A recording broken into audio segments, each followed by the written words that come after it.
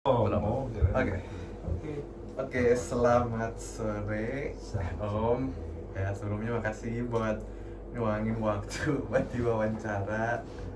Ya, perkenalkan ini Mas Faris. Di sini mau tujuannya tuh sedang mengembangkan sebuah aplikasi yang berbasis digital bertujuan untuk membantu pasien dan pendamping pasien penyakit neurogeneratif kayak demensia di sini. Jadi Mas Faris di sini pengen ngertiin pengalaman dan kebutuhan pemandu lah kalau sebagai pendamping itu.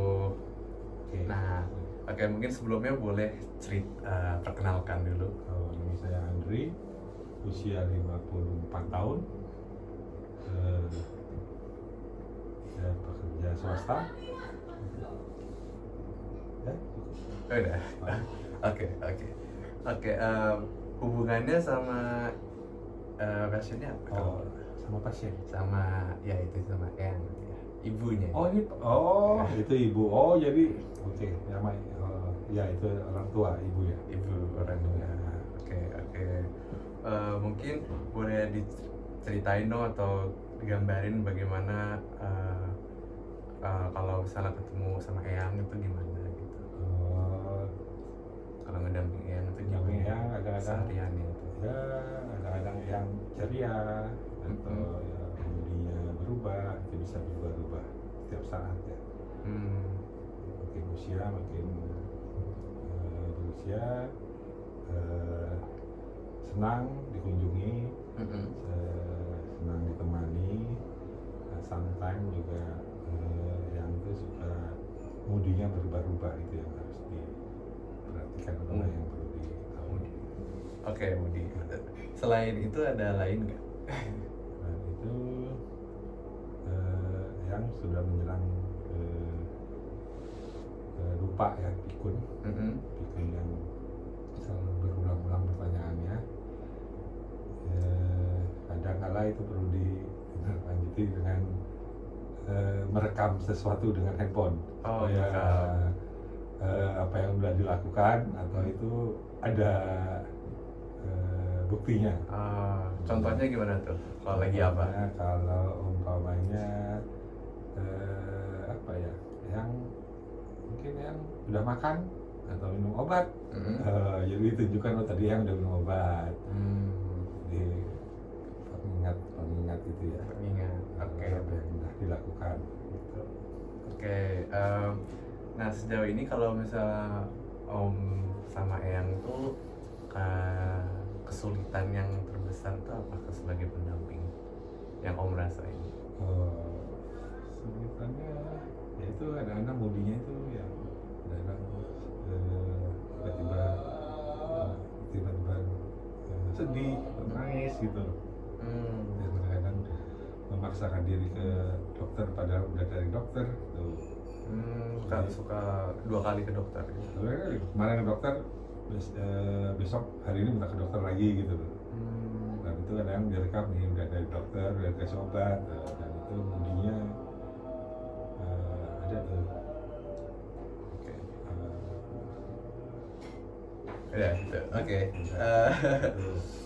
Nah, kira-kira kalau untuk sekarang tuh kira-kira buat tadi kan Om Andi bilang kayak tentang masalahnya ada yang moody sama lupa gitu-gitu. Dan kira-kira kalau sekarang tuh solusi atau alat bantu yang dipakai tuh apa dia? Handphone aja. Handphone yang berupa direkam atau difoto atau diingetin. Ya itu sementara itu paling efisien ya handphone, sekarang zamannya handphone. Yang kurang atau yang bisa ditingkatin dari itu apa? Kayak dengan cara sekarang kayak gitu, ada pros and cons-nya gitu. Reminding apa ya, remindingnya kalau handphone kan bisa reminding buat obat, jam sekian minum obat gitu. Tapi reminding kalau yang itu yang sudah lakukan yang direkam, divideoin, sampein ya kemarin ke dokter, divideoin, dia dikasih obat. Nah besoknya mau beberapa hari minta ke dokter lagi karena ada suatu hal yang mudinya lagi nggak bagus, Di videoin. tinggal tunjukin videonya, baru kemarin ini. Pokoknya nggak dikasih obat, ini ada obatnya. Kalau udah ditunjukin biasanya Udah rada, reda. rada ini. Oke. Gitu. Kira-kira kalau misalnya ini kan Mas Faris lagi mencari solusi lain nih buat ngatasin solusi ini, kira-kira dari 1 sampai 10 itu mendesak gak sih buat ngebantu ya entah itu dari omnya atau buat eyangnya gitu buat masalah ini gitu.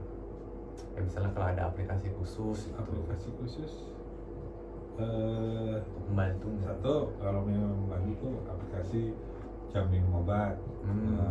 Itu jam 7 alarmnya. Aplikasi itu udah ada ya apa ya kan, aplikasi itu. Terus handphone ngerekam udah satu ini juga. Apa lagi ya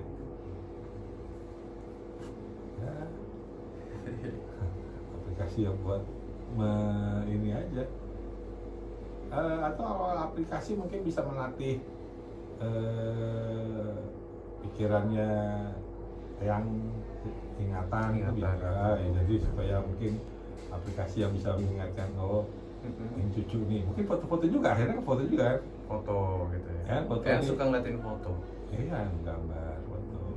Jadi mungkin Biasanya seneng kalau ngeliatin foto yang kayak gimana? kayak tanaman gitu suka. Tanaman. Jadi ya Kayak nyari-nyari tanaman. tanaman. Kalau foto-foto keluarga gitu seneng ketemu.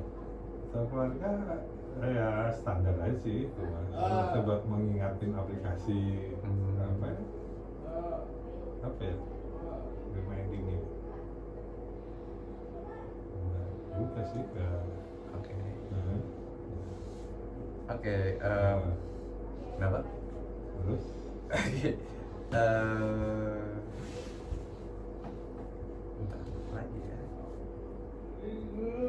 Oke, kan tadi kan Om juga sempat bilang kalau dan punya banyak pengalaman kan Om tentang sama orang, sama ngerawat orang, dengan ngerawat eyang gitu. Nah kira-kira dengan bantuan teknologi ini, kira-kira yang bisa diharapin tuh bisa ngebantu di bagian mananya? Bebas ini mah terserah.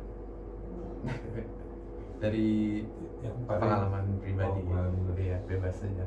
yang paling itu udah teknologi dari handphone lo bisa ngerekam itu. Cuma kalau ngerekam kadang-kadang kalau lama filenya gede kan, gimana bisa nggak filenya jadi lebih kecil lagi.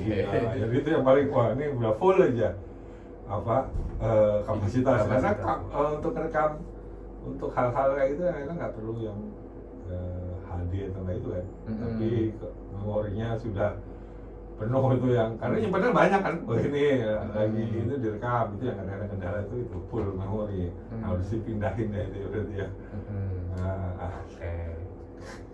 Atau dikompres itu ya, nah itu harus jadi file kecil, yang mana itu hanya cuma atau cloud juga bisa. Kalau kan masih bayar aplikasi yang berbayar kan. Iya. Oke. Tapi kalau selain eyang tuh ada yang lain nggak? Atau kalau ibunya misalnya yang itu nggak ada ya? Berarti nggak pernah ada kenal yang demensia atau selain itu? Nggak ada? Oh nggak ada berarti ya? Oke. Kalau itu udah sih kayaknya itu aja berarti interviewnya. Bentar kan cepet doang. Cepet tuh. Good luck lah. Kasih ya Om. Ya.